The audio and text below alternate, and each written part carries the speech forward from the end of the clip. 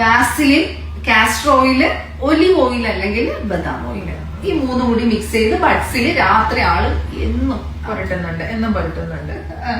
അതിൽ നല്ല മാറ്റമുണ്ട്. അതെ അതെ, നല്ല ബ്ലാക്ക് കളറായിട്ടുണ്ട്. പിന്നെ നല്ല ഹെയർ ഗ്രോത്ത് വന്നിട്ടുണ്ട്. പുരികത്തിന് ആദ്യം ഹെയർ കുറച്ച് ഇതായിരുന്നു, ഇപ്പൊ നല്ല ഹെയർ ഗ്രോത്ത് വന്നിട്ടുണ്ട്. പിന്നെ നല്ല അതിലും പുറമെ നല്ല രീതിക്ക് എന്റെ മുഖത്തിന് ചേരുന്ന രീതിയിൽ മാം അത് പുരിക എനിക്ക് സെറ്റ് ചെയ്ത് തന്നിട്ടുണ്ട്.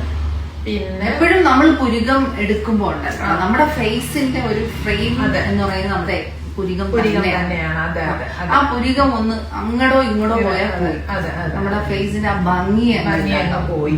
പിന്നെ എനിക്ക് ഒത്തിരി ഡാൻഡ്രഫ് ഉണ്ടായിരുന്നു. അത് മാം അന്ന് എനിക്കൊരു സ്പാ ചെയ്തു. നമ്മൾ അടുപ്പിച്ചടുപ്പിച്ച് എല്ലാ മാസവും സ്പാ ചെയ്തു. ഞാൻ കോംബ് ചെയ്തപ്പോ ഉണ്ടല്ലോ, അതെ, കോമ്പില് ഫുള്ള് ഹെയർ വരുന്നു.